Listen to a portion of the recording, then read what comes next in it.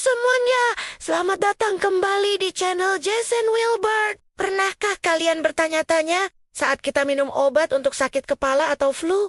Dari mana sih asal-usul benda kecil yang ampuh ini? Siapa orang pertama yang menemukan bahwa tanaman tertentu bisa menyembuhkan penyakit? Nah, di episode kali ini kita akan melakukan perjalanan waktu yang seru. Menelusuri jejak sejarah dan asal-usul obat-obatan dari ramuan kuno hingga pil modern yang kita kenal sekarang. Siapkan diri kalian karena ini akan jadi petualangan yang membuka wawasan. Perjalanan kita dimulai ribuan tahun yang lalu, jauh sebelum ada apotek atau dokter berjubah putih. Manusia purba, seperti nenek moyang kita, bertahan hidup dengan mengandalkan alam. Mereka mengamati hewan-hewan di sekitar mereka. Ketika seekor hewan sakit, ia akan secara naluriah mencari dan memakan tumbuhan tertentu. Dari pengamatan inilah, manusia mulai bereksperimen. Mereka mencoba berbagai daun, akar, dan bunga untuk mengobati luka, demam, atau sakit perut. Proses ini tentu saja penuh dengan koba-koba. Dan sayangnya, beberapa percobaan mungkin berakhir fatal. Tapi, dari sinilah lahir pengetahuan pertama tentang farmakologi yang diwariskan dari generasi ke generasi melalui cerita lisan. Mari kita bergeser ke peradaban kuno pertama. Mesir kuno, sekitar tahun 1550 sebelum Masehi. Di sini, kita menemukan salah satu dokumen medis tertua di dunia, yaitu Papyrus Ebers. Ini bukan sekadar gulungan kertas kuno, tapi sebuah ensiklopedia medis yang luar biasa. Di dalamnya tercatat lebih dari 700 resep dan ramuan ajaib, lengkap dengan cara diagnosis penyakit. Orang Mesir kuno sudah sangat maju. Mereka menggunakan madu sebagai antibiotik alami untuk luka, daun dedalu yang mengandung zat mirip aspirin untuk pereda nyeri, dan bahkan menggunakan biji jarak sebagai pencahar. Mereka percaya bahwa penyakit disebabkan oleh roh jahat. Jadi ritual magis seringkali menyertai pemberian obat. Sekarang, kita terbang ke Yunani kuno, tempat lahirnya kedokteran rasional. Disinilah kita bertemu dengan sang bapak kedokteran, Hippocrates. Berbeda dengan kepercayaan Mesir, Hippocrates mengajarkan bahwa penyakit bukanlah hukuman dari dewa, melainkan akibat dari ketidakseimbangan dalam tubuh. Ia dan para pengikutnya mulai mengamati gejala pasien secara sistematis dan mencatatnya. Mereka mengembangkan teori 4 cairan tubuh atau humor, yaitu darah, dahak, empedu kuning, dan empedu hitam. Menurut mereka, kesehatan yang baik tercapai ketika keempat cairan ini seimbang. Walaupun teori ini sekarang terdengar kuno, pendekatan rasional dan etis Hippocrates dalam mengobati pasien menjadi fondasi kedokteran modern. Sumpah Hippocrates yang berisi prinsip etika kedokteran masih diucapkan oleh para dokter hingga hari ini. Setelah Yunani, pengaruh berpindah ke Roma. Salah satu tokoh terpenting di sini adalah Galen, seorang dokter Yunani yang bekerja di Roma.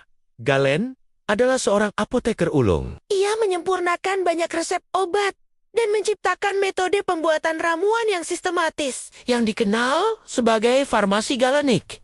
Ia mengklasifikasikan tumbuhan berdasarkan sifatnya, seperti panas, dingin, kering, atau lembab. Karyanya menjadi buku acuan standar di seluruh Eropa selama lebih dari 1.500 tahun. Bisa dibayangkan betapa besar pengaruhnya. Galen benar-benar menjadi jembatan antara dunia kuno dan dunia medis yang akan datang. Saat Eropa memasuki abad ke-8, kemajuan ilmu pengetahuan sempat terhenti. Namun, di belahan dunia lain, obor pengetahuan medis justru bersinar terang. Di dunia Islam, para ilmuwan seperti Ibnu Sina atau Avicenna membuat kontribusi yang luar biasa. Memasuki era Renaissance di Eropa, semangat untuk penemuan kembali berkobar. Seorang tokoh yang cukup kontroversial bernama Paracelsus muncul. Ia menantang ajaran Galen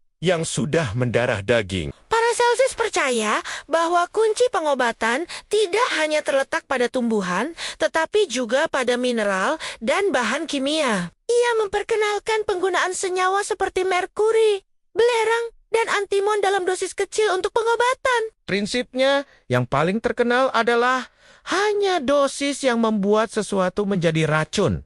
Ini adalah dasar dari ilmu toksikologi modern. Idenya adalah bahwa zat yang bisa meracuni dalam dosis besar bisa menyembuhkan dalam dosis kecil. Ini adalah pemikiran yang revolusioner pada masanya. Lompatan besar berikutnya terjadi pada abad ke-19.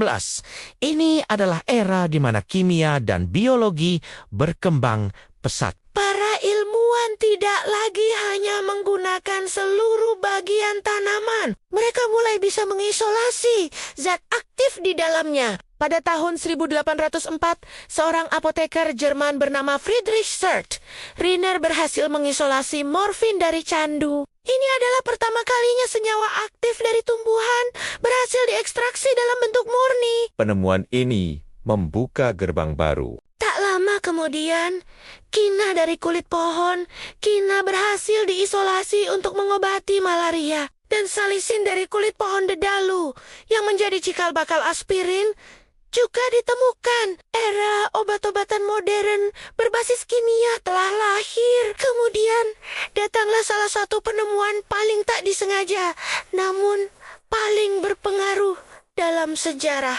Pada tahun 1928, seorang ilmuwan Skotlandia bernama Alexander Fleming sedang meneliti bakteri. Saat kembali dari liburan, ia melihat salah satu cawan petri miliknya terkontaminasi oleh jamur. Anehnya, di sekitar jamur itu tidak ada bakteri yang bisa tumbuh. Fleming menyadari bahwa jamur ini menghasilkan suatu zat yang bisa membunuh bakteri. Zat itulah yang kemudian kita kenal sebagai penisilin, antibiotik pertama di dunia. Penemuan penisilin ini merevolusi pengobatan infeksi dan menyelamatkan jutaan nyawa, terutama selama Perang Dunia Kedua. Era antibiotik pun dimulai. Sejak saat itu, perkembangan dunia obat-obatan melesat seperti roket. Kita memasuki era farmasi industri. Perusahaan-perusahaan besar mulai meneliti dan memproduksi obat secara massal. Ditemukanlah berbagai jenis obat, mulai dari vaksin yang mencegah penyakit, obat anti kanker, obat untuk penyakit jantung, hingga obat-obatan untuk kesehatan mental. Proses penemuan obat menjadi sangat terstruktur melalui uji laboratorium, uji pada hewan, dan uji klinis bertahap pada manusia untuk memastikan keamanan dan efektivitasnya sebelum bisa dijual bebas. Teknologi modern seperti bioteknologi dan rekayasa genetika kini memungkinkan kita untuk membuat obat yang lebih tertarget. Bahkan obat yang disesuaikan untuk DNA individu tertentu. Jadi, begitulah perjalanan panjang obat-obatan. Dari daun yang dikunyah oleh manusia purba, ramuan para tabib Mesir, teori rasional Yunani, apotek canggih dunia Islam, hingga laboratorium modern yang menciptakan molekul penyelamat nyawa. Setiap kali kita menelan sebuah pil, ingatlah bahwa di baliknya ada ribuan tahun sejarah, pengorbanan, kecerdasan, dan bahkan keberuntungan dari para pahlawan tanpa tanda jasa yang berjuang untuk membuat hidup kita lebih baik dan lebih sehat. Terima kasih banyak sudah menonton video ini sampai habis. Semoga cerita tadi bisa menambah wawasan baru buat kalian semua. Apa bagian sejarah obat yang paling menarik menurut kalian? Tulis di kolom komentar ya. Jangan lupa untuk like, share, dan yang paling penting, subscribe channel Jason Wilbert agar tidak ketinggalan konten-konten seru lainnya. Sampai jumpa di video berikutnya. Tetap sehat dan tetap penasaran.